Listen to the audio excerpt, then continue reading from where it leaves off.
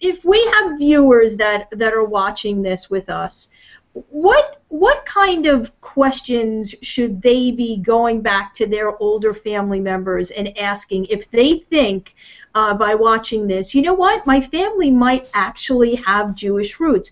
What are the kind of questions that we could say they could go back and ask their grandparents or their aunts and uncles to find out maybe there's some of these, you know, lost traditions on their side of the family?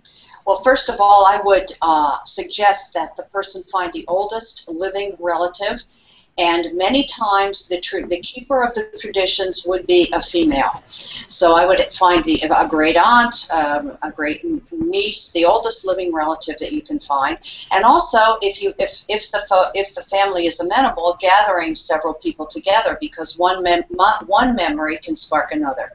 And the questions I would ask would be, what did your family do for certain special occasions? When babies were born, when children turned 12 and 13, marriage, death and dying, and mourning. And those are two different things. What did you do when a person actually passed away, and how was the body treated? And what did you do in the cemetery? That, for example, a woman said to me recently, she said, you know, in Italy, here in Italy, we're all buried above ground because of the volcanic rock. We can't dig in. But my uncle, when he died, was adamant that his grave be dug in the dirt.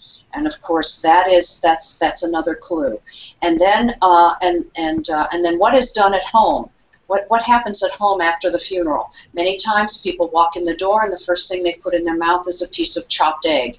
And again, that is a Jewish tradition. Sitting on low chairs. I noticed that mourning traditions in my town is covering the mirrors in white, and I'm able to point out to people that these are Jewish traditions. And then I would go into the kitchen, and that's where many traditions last. They last and last, and they endure over time because we eat 3 or 4 meals a day, and so that is a way of keeping traditions alive as opposed to things that happen just once a year.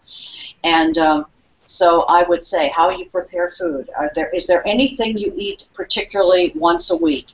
Any special meal on a Friday or a Saturday? The lighting of one candle on a white tablecloth. That comes up a lot. So those are some of the questions that I would encourage people to ask, and also to email me. I can send them a list as well and start asking about them, and then we can help them make these really important connections, not only to discover, but if they choose to embrace their Jewish roots. Well, if people want to see a little bit of the film without yet getting the whole DVD, I think, Randy, tell me if I'm right, but if they just do The Secret Jews of Calabria on YouTube, the trailer, the 14-minute trailer for the film will pop up, no? Yes, actually, what they can do is just visit rabbibarbara.com or go to secretjews.com, and what you will see is a little icon for a YouTube channel in the upper right corner, and if you click on that, living on Rabbi's YouTube channel, you can watch the trailer, and there are certain other excerpts and other videos, just as this one will ultimately live there for people to view as well. So they can get a little feel for it and hopefully want to see the full version. Fabulous. Rabbi, every time I have one of these conversations with you, I am inspired. I don't know what I'm inspired to do, but I am inspired. Thank you. That's the little light in the neshama, the little light in the soul. And when we kind of feed that flame and nurture that spark, we never know what will happen next.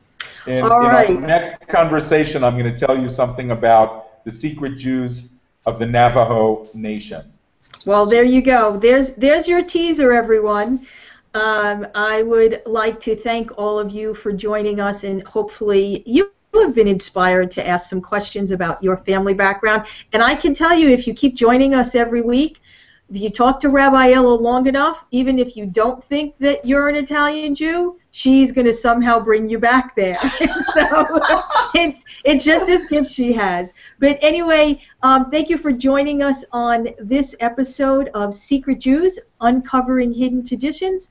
I'm Dr. Randy Ross, and along with my co-host, Rabbi Barbara Aiello, and producer, Carl Percow, I'd like to thank you for joining us, and we'll see you back here for the next episode.